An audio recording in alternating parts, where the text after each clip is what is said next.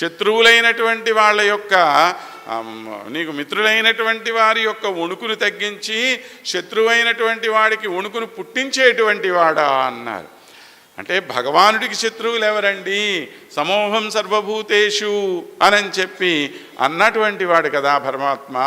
అందరి పట్ల నేను సమానంగా ఉంటాను. నమే ద్వేష్యోస్తి న ప్రియ అన్నాడు కదా. నాకు ద్వేషం కలిగినటువంటి శత్రువైన వాడు లేడు, ప్రియమైనటువంటి వాడు లేడు అన్నాడు కదా.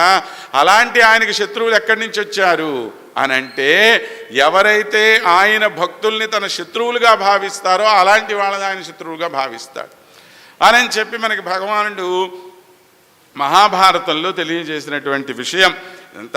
కాబట్టి శప్పంబుడయ్యాయ్ తిరల్లుడయ్యాయ్ అన్నారు.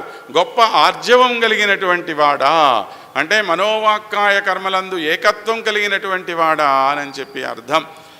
గొప్ప పరాక్రమం కలిగినటువంటి వాడా, ఎంతమంది శత్రువులు వచ్చినా ఎదురుగ్గా ఒక్కడే నిలబడి అందరినీ సంహరింపగలిగినటువంటి సామర్థ్యం కలిగినటువంటి వాడు ఈయన.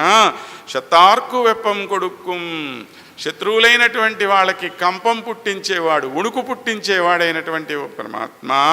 తుయిలజాయ్ నిద్రలేవయ్యా చెప్పన్నమెన్ములై సెవ్వాయ్ సిరుమరుంగుల్ నప్పిన్నైనంగాయ్ తిరువే తుయిలజాయ్. నీలాదేవి యొక్క వక్షస్థలం మీద అలా తల అంచుకొని పడుకొని ఉన్నటువంటి ఓ స్వామి, నువ్వు నిద్రలేవయ్యా అని చెప్పి పిలుస్తూ ఆమెని ప్రార్థన చేస్తున్నారు. ఉక్కముం తట్టొళియం తందు ఉన్మణాలనై ఇపోదే ఎమ్మై నీరాట్టు ఏలోర్ ఎంబావాయ్. అమ్మా, నువ్వు మాకు ఒక విసనకర్ర, ఒక అద్దం, ఇవి రెండూ ఇచ్చి మేము నీ భర్తతో స్నానం చేసేటట్లుగా మమ్మల్ని అనుగ్రహించు అన్నారు. ఏమిటి ఈ విసనకర్ర, ఏమిటి ఈ అద్దము అంటే, అద్దంలో ఏం చూసుకుంటాం మనం?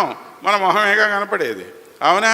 అంటే స్వరూప జ్ఞానం, సస్వరూప జ్ఞానము అంటాం. మనల్ని గురించి మనం తెలుసుకోవటం అద్దంలో చూసుకోవటం అంటే మాకు స్వస్వరూప జ్ఞానం కలిగింపచేసి పరమాత్మతో మాకుండేటువంటి సంబంధాన్ని తెలియచేసి, పరమాత్మని పొందేటప్పుడు జీవుడిలో రకరకాలైనటువంటి తాపాలు కలుగుతాయట. ఆదిభౌతికమని చెప్పి, ఆధ్యాత్మికమని చెప్పి, ఆదిదైవికమని చెప్పి 3 రకాలైనటువంటి తాపాలు మన శరీరంలో కలుగుతాయి అని చెప్పారు. ఇదంతా కూడాను సాధకుడైనటువంటి వాడి యొక్క పరిస్థితి. ఈ భగవంతుణ్ణి పొందే స్థితిలో ఉన్నటువంటి వాడికి కలిగే ఈ తాపాలన్నింటినీ కూడా నువ్వే దూరం చేయగలిగిన సామర్థ్యం కలిగినటువంటి దానివి కనుక తల్లి అవి రెండూ మాకు ఇచ్చి నీ భర్తతో మేము కలిసి స్నానం చేసేటట్టు అనుగ్రహించు అన్నారు. ఈ మాట అనటంలోనే మనకి గోపికల యొక్క ప్రేమ అనేటువంటిది తెలుస్తుంది. వీరి యొక్క ప్రేమ నిష్కళంకమైనటువంటి ప్రేమ, మనోగతమైనటువంటి ప్రేమే కానీ ఏ విధమైనటువంటి శారీరక సుఖాల కోసం భగవంతుడిని చేరిన వాళ్ళు కాదు వీళ్ళు.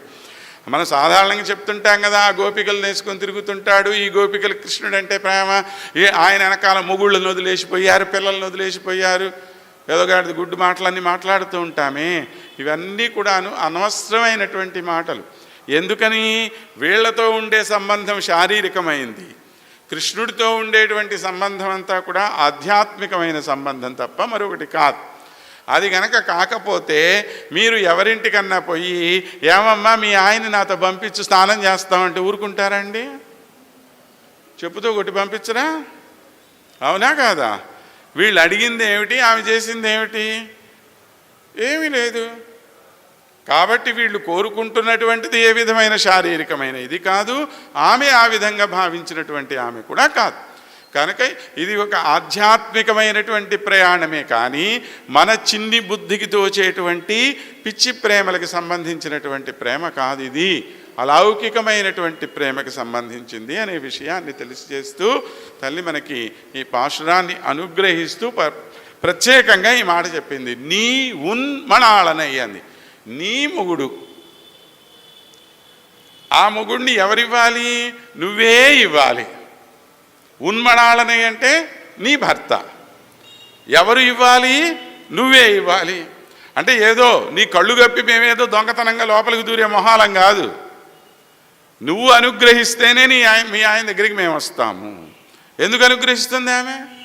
ఎందుకు అనంటే నువ్వు మా తల్లివి కాబట్టి, మేము నీ బిడ్డలం కాబట్టి. కాబట్టి కృష్ణుడి మీద ఉన్నటువంటి ప్రేమ ఏమిటి? ఇప్పుడు ఇక్కడ ఇది మనం అర్థం చేసుకోవలసింది. ఈ విషయాలు తెలియజేయటానికే తల్లి మనకు ఈనాడు ఈ విషయాన్ని తెలియచేసింది అని చెప్పి గ్రహించుకొని